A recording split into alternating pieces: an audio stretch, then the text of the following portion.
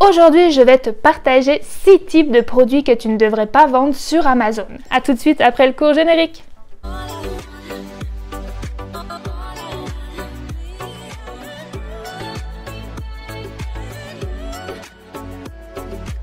Salut tout le monde, pour ceux qui rejoignent tout juste la chaîne, je m'appelle Coralie, je vis au Québec et je suis aujourd'hui vendeuse professionnelle sur Amazon FBA aux USA.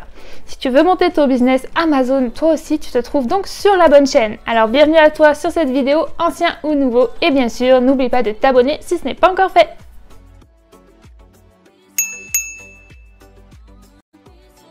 Se lancer sur Amazon et essayer de trouver son produit parfait est une étape cruciale et bien que n'importe quelle personne qui veut se lancer souhaite trouver la perle rare, il est important d'éviter au maximum les pires produits qui obtiennent soit peu de résultats, soit beaucoup de tracas.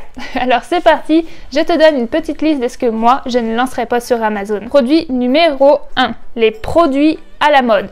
À moins d'être déjà un expert dans la vente sur Amazon, de savoir gérer son inventaire à la perfection et d'être très réactif, ce sont des genres de produits à éviter.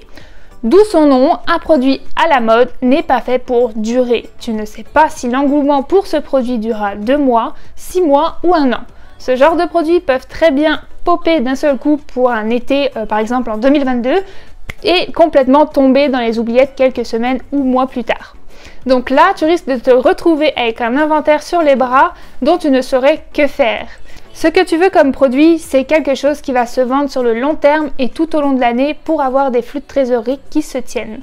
Produit numéro 2, les sex toys. Alors, je ne parle pas d'expérience personnelle ne vendant pas ce genre de produit tout simplement pour les raisons que je vais vous citer.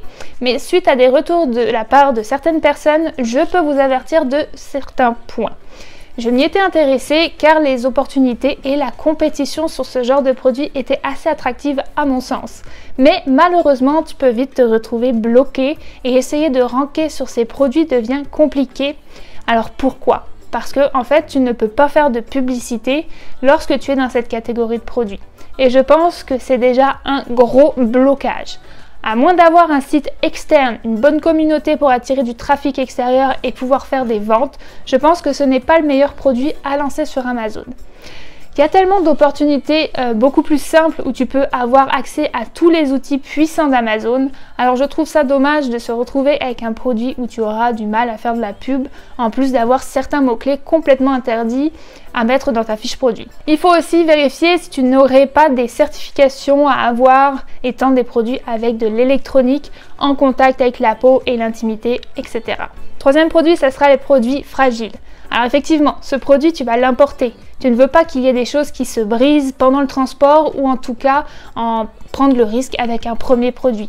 Imagine que par la suite, ton produit qui va arriver chez Amazon dans les entrepôts ne sera pas revérifié. Et là, ça va arriver par la suite chez ton client. S'il se retrouve brisé ou dans un mauvais état suite à la fragilité, tu donnes donc une chance au client d'avoir une mauvaise expérience. Tu peux très vite te retrouver avec des mauvais avis et là, c'est sûr que l'on veut éviter ça à tout prix. Les reviews sur Amazon sont la base pour pouvoir vendre ton produit correctement et cartonner. La moyenne de la note de tes avis pourra te faire soit continuer de monter ton nombre de ventes, soit carrément tuer ton produit. Si jamais tu décidais quand même de lancer un produit fragile, surtout ne lésine pas sur les protections de l'emballage. Tu peux toujours en rajouter ou le modifier par rapport à ce que te propose ton fournisseur, mais cela engagera très certainement des frais en plus. C'est tout simplement aussi, je dirais, un critère de bon sens. Avant de passer au prochain produit, je t'invite à laisser un like et à t'abonner à la chaîne. J'ai effectivement beaucoup de personnes qui regardent mes vidéos et qui ne sont pas encore abonnées, alors go, un pouce en l'air et un clic sur le bouton s'abonner juste ici en dessous. Prochain produit qui sera un produit avec un prix de vente de moins de 20-25 €. Vouloir démarrer sur Amazon avec un produit en dessous de 20 € pour tester et éviter de prendre trop de risques, ça se comprend. Mais tu vas alors devoir te confronter à une grosse problématique, c'est que pour pouvoir bien vendre en dessous de 20 €, il faut faire du volume. Et quand on ne fait pas assez de volume, on rentre moins dans ses frais. Aujourd'hui, tu ne peux pas ne pas penser à la publicité interne à Amazon qui coûte assez cher, même sur des niches de marché. Du coup, ces frais de pub réduisent drastiquement la marge qui va être réalisée sur des petits produits. Donc voilà, les petits produits en dessous de 20 € à éviter. Maintenant, passons au prochain produit, qui sera donc les vêtements. Sur Amazon, les gens savent très bien que les retours sont très faciles à faire et gratuits pour ceux qui ont Prime, en sachant que beaucoup de monde a Prime maintenant. Alors pourquoi je parle de retour tout de suite? Car c'est pas mal ce qui se passe en fait avec les vêtements malheureusement. Cette catégorie est plus touchée par les retours. Les clients ont peu de scrupules à acheter, essayer et renvoyer si ça ne leur va pas. Ce qui est légitime, je te dirais, mais c'est un problème à gérer et à inclure dans les frais et dans ta gestion. Moi-même, je le fais aussi lorsque j'achète des vêtements sur Amazon. Il se peut que ça soit mal taillé, que ça ressemble pas vraiment à ce que j'avais vu sur la photo, etc. Deuxièmement, la raison sera le fait de devoir gérer beaucoup de références. Bien sûr, si tu proposes un t-shirt par exemple, tu ne vas pas proposer en une seule couleur ou en une seule taille. Donc tu auras beaucoup de fiches à créer et gérer juste pour un article. Tu devras aussi créer des assignes parents, enfants pour pouvoir être encore plus effectif. En plus de ça, tu auras toujours des tailles et des couleurs qui fonctionnent mieux que d'autres, donc il se peut que sur certaines tailles tu aies du stock qui soit plus difficile à écouler. Sixième et dernier type de produits, donc ça sera les produits soumis à des restrictions dont certains sont même tout simplement interdits à la vente sur Amazon. Donc pour ceux d'entre vous qui voudraient essayer de lancer quelque chose de nouveau, vous devriez vraiment vous renseigner en amont. Dis-toi que peut-être que si le produit auquel tu penses n'est pas listé sur la plateforme, c'est peut-être et même très probablement pour une bonne raison. Tu as aussi bien des produits qui sont tout simplement interdits à la vente carrément et des produits donc désignés restreints. Je te mets en description de cette vidéo les liens pour que tu puisses prendre conscience et connaissance de cette liste.